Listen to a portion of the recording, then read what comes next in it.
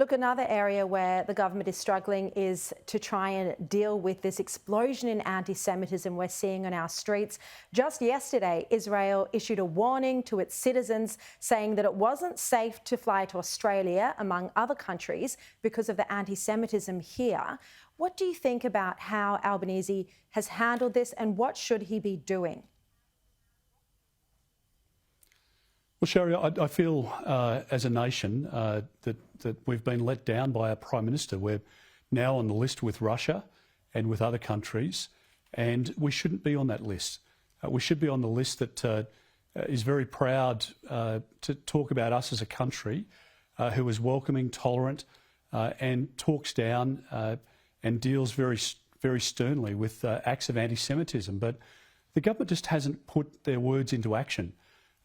There is an opportunity because there was a National Cabinet meeting today, and we've been calling on the Prime Minister for a couple of weeks that this meeting should have had on the agenda the issue of anti-Semitism, because there should have been a strong statement that came out from the Premiers and the Chief Ministers and the Prime Minister that we don't have any tolerance whatsoever for anti-Semitism in our country.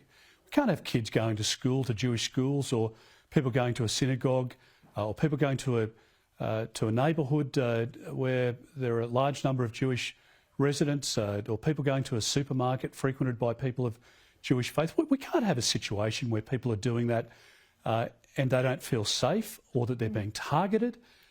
This is a Prime Minister that needs to stand up and send a very clear message, and the Premiers need to instruct the police that if there are neo-Nazi lunatics or others on the hard left who are out there peddling this nonsense, that they should be dealt with according to the law. And that's exactly what should have been the direction today from the Chief Ministers and the Prime Minister, and it didn't happen. I mean, I reported on the show last night that there was a group of 13-year-old girls at a shopping centre in Sydney who experienced an anti-Semitic incident because they were in their Jewish school uniform. That's how bad it's getting. I'm interested, do you think that comments from senior government ministers that implicitly accuse Israel of war crimes, they continue to lecture Israel about its military strategy, the anti-Israel bias we're seeing in the ABC, do you think all of this is also fueling this rise of anti-Semitism?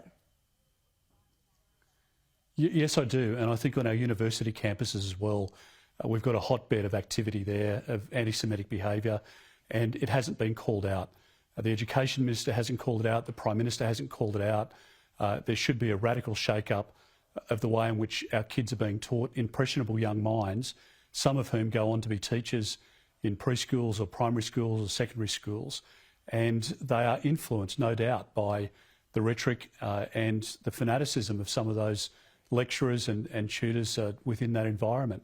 So I think there are many levels where there needs to be leadership to call it out, and it's utterly unacceptable that people should be targeted because of their religious belief or because they're associated with Israel. It is disgusting. It's humiliating for our country to be on that list, and we shouldn't tolerate it. No.